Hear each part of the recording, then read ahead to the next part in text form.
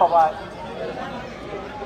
আমরা অনেকক্ষণ ধরে দাঁড়িয়েছিলেন।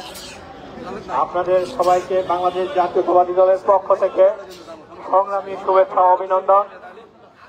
আমি আপনাদেরকে আবারও বলে যাচ্ছি, আমরা যারা বাংলাদেশ জাতীয়তাবাদী দলের পরিবারের যে অংশ, আমাদেরকে প্রত্যেকটি ঘরে ঘরে মানুষের আগামী দিনে যদি বিএনপিকে ক্ষমতায় আনতে হয়, তাহলে আপনাদেরকে মানুষের মাঝে যেতে হবে, আপনাদেরকে সন্ত্রাসের বিরুদ্ধে প্রতিহত করতে হবে।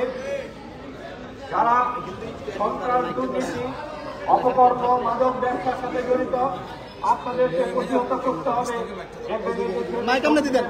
আপনাদেরকে বুকে টেনে নেবে।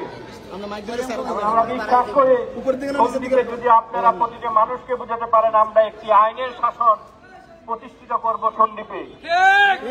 বিএনপি ক্ষমতায় আসলে আমাদের ভারপ্রাপ্ত চেয়ারম্যান বারবার বলেছেন বাংলাদেশের একটি আইনের শাসন প্রতিষ্ঠিত হবে। এই দেশের মানুষের অধিকার প্রতিষ্ঠিত করবে। এদেশের মানুষকে শান্তিতে রাখার জন্য সর্বোচ্চ কাজ করে যাচ্ছেন।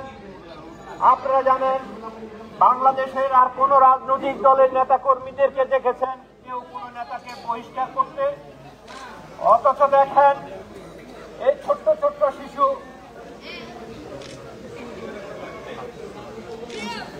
এনসিপি, এটি ছোট রাজনৈতিক দল।